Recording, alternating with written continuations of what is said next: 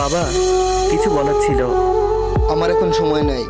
বাবা, তুই এখান থেকে যাবি? মাথা নিচু করে সেখান থেকে চলে আসি। এটা আমার সাথে নতুন না, সেদিন থেকে দেখছি। আম্মুর কাছে গেলাম। আম্মু। কি বলবি বল, বলে আমাকে উদ্ধার কর। আম্মু, আমার খুব প্রচন্ড মাথা ব্যথা করছে। তোর এসব ফালতু নাটক দেখার সময় আমার কাছে নাই। নাদিয়াকে স্কুলের জন্য রেডি করতে হবে। আম্মু, আমি ওকে আজ দিয়ে আসি। আমরা তোকে কোনো কিছু করতে বলেছি? মুখ পোড়া, যেভাবে আছিস সেভাবেই থাক। আম্মু, আমি কি তোমাদের ছেলে না?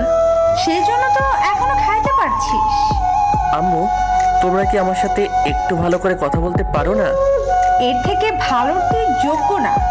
তাহলে গলা টিপে মেরে ফেলোনি কেন? বলে ওইখান থেকে চলে এলাম।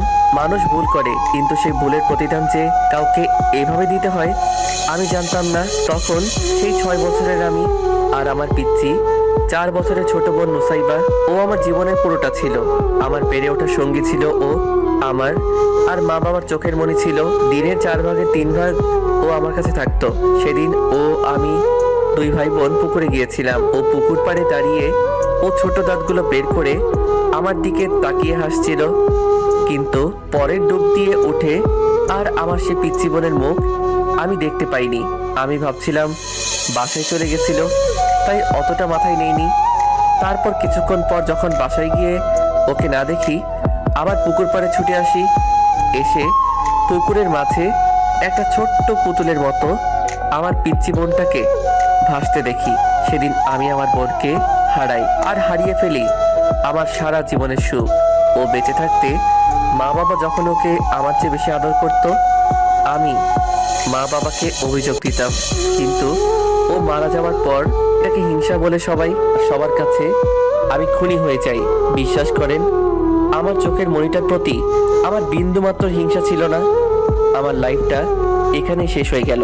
আমার মা বাবা কখনো বোঝেনি আমি ওকে হারিয়ে কতটা একা হয়েছি, কতটা কষ্ট পেয়েছি। উল্টা তারা আমাকে মানসিক আর শারীরিক নির্যাতন দুইটাই করে। আমার এখন পিচ্চি 2টা ভাই বোন আছে, কিন্তু আমি তাদের দ্বারের কাছেও যেতে পারি না। বাবা, আমার কাল পরীক্ষা, আমার পরীক্ষার ফিস দিতে হবে। পরীক্ষার ফিস দিতে পারি, একটা শর্ত, জিপিএ 5 পেতে হবে। আচ্ছা। সেদিন বাবা পরীক্ষার ফিস দিয়েছিল, কিন্তু সে টাকাটা আমার লাইফে আরেক বিপদ ডেকে আনে। আমার পরীক্ষায় জিপিএ 5-এর বদলে 4.81 পেয়েছিলাম জেএসসিতে। কিন্তু তার জন্য আমার উপর যে মানসিক যন্ত্রণা হয়েছিল তা আমার জীবনের শেষ দিন পর্যন্ত মনে থাকবে। সেদিন বাবা আমাকে মাথার উপর থেকে ফেলে একটা লোহার রড দিয়ে মেরেছিল। রক্তে আমার সারা শরীর মাখামাখি হয়ে গেছিল, আমার মাথা ফেটে গেছিল। কিন্তু জ্ঞান না হারানো পর্যন্ত আমার উপর এই নির্যাতন চলতে থাকে। সেদিন থেকে আমার প্রতি রাতে মাথা ব্যথা করত। এমন হতো যে মাথা ব্যথা সহ্য করতে না পেরে বেহুশ হয়ে যাই।